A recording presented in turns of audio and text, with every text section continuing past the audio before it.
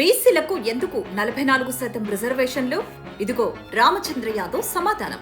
చదువులో సముచిత వాటా, ఉద్యోగాల్లో సమాన హక్కు, రాజకీయాల్లో బీసీల గర్జన, వీటి కోసమే బీసీలకు 44% రిజర్వేషన్లు.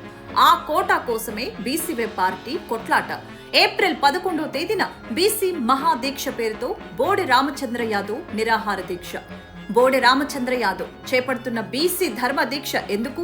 రాష్ట్ర జనాభాలో అత్యధికంగా ఉన్న బీసీలకు అన్ని రంగాల్లో సముచిత వాటా దక్కాలన్న డిమాండ్తో మరో మహా ఉద్యమానికి తెరలేపారు. విద్య, ఉద్యోగ, రాజకీయ రంగాల్లో బీసీలకు 44% రిజర్వేషన్లు కల్పించాలని డిమాండ్ చేస్తూ బీసీవే పార్టీ అధినేత బోడె రామచంద్ర యాదవ్ ఆమరణ నిరాహార దీక్షకు సిద్ధమయ్యారు. విద్యారంగంలో విప్లవం కోసం ఈ బీసీ ధర్మ దీక్ష రాష్ట్రంలోని ప్రముఖ కాలేజీలు, ప్రతిష్టాత్మక విద్యా సంస్థల్లో బీసీలకు 44% సీట్లు కేటాయించాలి. దీనివల్ల నిరుపేద బీసీ విద్యార్థులకు కూడా ఉన్నత చదువులు ఉచితంగా లేదా అతి తక్కువ ఖర్చుతో అందుబాటులోకి వస్తాయి.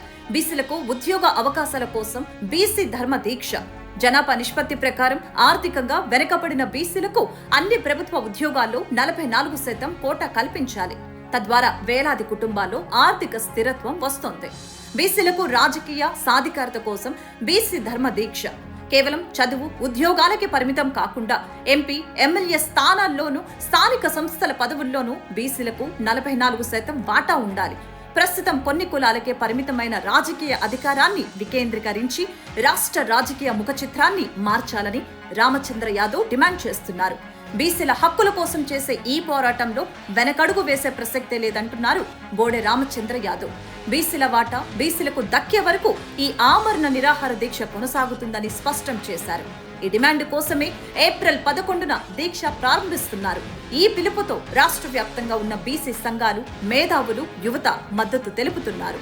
జనాభా ప్రాతిపదికన రిజర్వేషన్లు పెంచాలనే ఈ డిమాండ్ ఇప్పుడు రాజకీయ వర్గాల్లో పెను సంచలనంగా మారింది.